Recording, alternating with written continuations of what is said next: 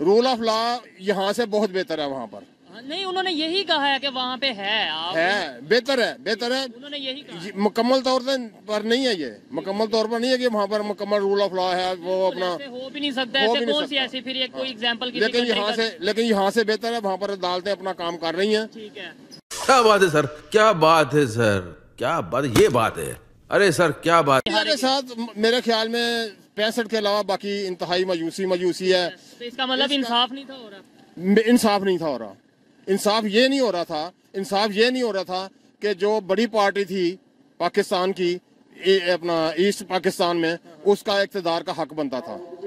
उनको इक़्तिदार का हक नहीं दिया गया। उस वक्त वो भूखे बंगाली हम उनको कहते थे, हमें भी यही समझाया गया। लेकिन वो मुजीब जब आता था ना यहाँ पर इस्लामाबाद की सड़कों पे, वो हाथ लगा के आता, मुझे यहाँ से पटसन की खुशबू आती है। अरे बाप रे, ये तो धोती खोल रहा है। नमस्कार दोस्तों, कैसे हैं आप लोग। आशा करता हूँ आप लोग स्वस्थ होंगे। आपका हमारे चैनल पे स्वागत है। इसी तरह हमारे वीडियो को लाइक करिए, सब्सक्राइब कीजिए, बेल आइकन दबाइए, जिससे इस ऐसा ही प्रेम हमें प्रोत्साहन देता है। तो चलिए आपका ज़्यादा समय ना लेते हुए वीडियो को स्टार्ट करते हैं।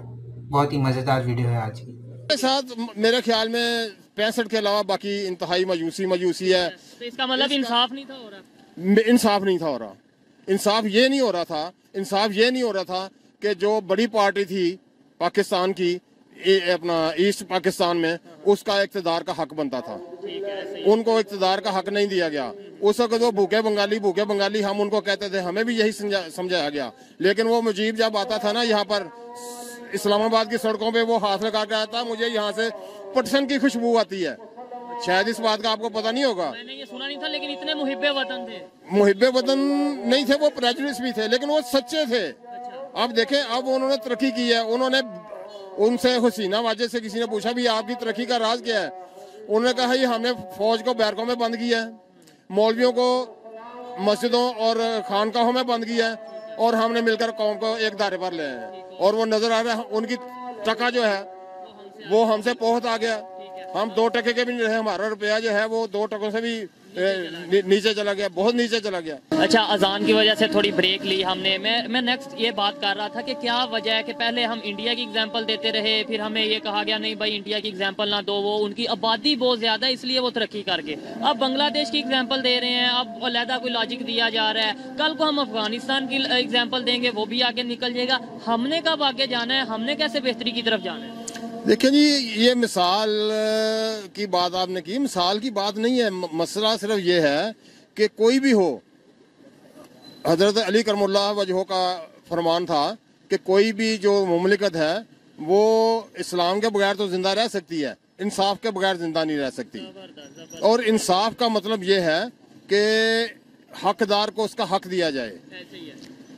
देखें, अभी क्या है, खजाना खाली हो गया। यार मैं जाता हूँ बाहर, आप बेटा बाहर जाते हो, सब लोग बाहर जाते हैं, जो गरीब आदमी है, जो आम तबका है हमारा अवाम का, हम हर चीज़ पर टैक्स देकर आ रहे हैं। जो चीज़ खरीदते हैं उसके ऊपर टैक्स देते हैं, हम माचिस लेते हैं उस पर भी टैक्स देते हैं, गाड़ी लेते हैं उस पर भी टैक्स देते हैं, हर चीज़ पर टैक्स देते हैं। हम खजाना भर रहे हैं और अवाम ने कैसे खाली कर, यही नजर आता है कि भाई अब देखें बात यह है, जो अशराफिया कहते हैं, मेरे नज़दीक वो अशराफिया का लफ्ज़ गलत है, वो बदमाशिया है।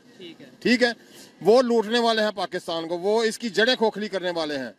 क्या मतलब है 83 लोगों की जो इन्होंने फौज पाली हुई है, ये वजीर मशीर, लानत हो इनके ऊपर बनाने वालों पर और लानत हो इन बनने वालों पर। ये सिर्फ और सिर्फ मुल्क को खोखला करने के लिए, इस अवाम जी की जो रही सही ताकत है उसको ख़त्म करने के लिए और मुल्क को बर्बाद मजीद करने के लिए ये सारा एक अमल दरामद हो रहा है, एजेंडे के ऊपर अमल दरामद हो रहा है। इसके साथ बांग्लादेश में डेमोक्रेसी इधर नहीं है, इधर प्लान डेमोक्रेसी है, कंट्रोल्ड डेमोक्रेसी है।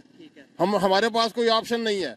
एक बात आई थी, देखें, मैं पीटीआई का वर्कर नहीं हूँ, ना मैं पीटीआई का कारकुन हूँ, ना मैं उनका सपोर्ट नहीं करते। नहीं सपोर्ट, देखें आइडिया की बात होती है, बात आइडिया है।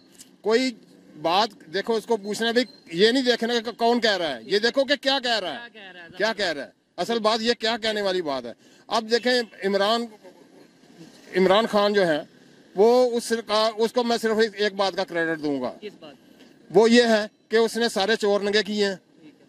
उसने सारों बंदों को एक लाइन में खड़ा किया, ब्लैक एंड व्हाइट कर दिया है।